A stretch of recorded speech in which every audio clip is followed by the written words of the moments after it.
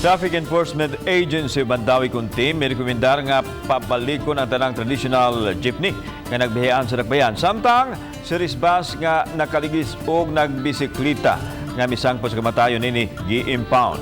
Si Chelo Valiana sa report.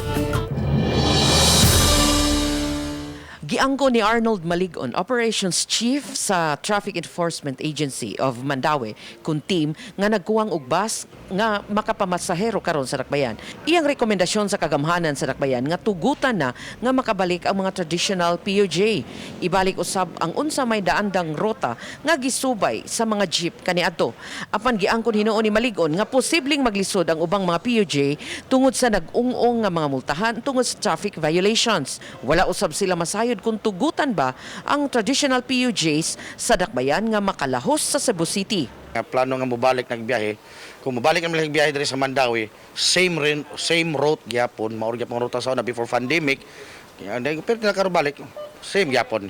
Samtang naka-impound na karon ang Ceres bus nga nakaligis patay sa gwardyang nagbisikleta.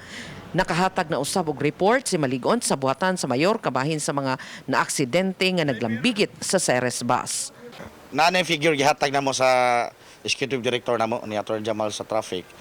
Then dili na sa kumatag og saktong detalye kay naghuwat pa mi sa kuan sa recommendation nila sa taas.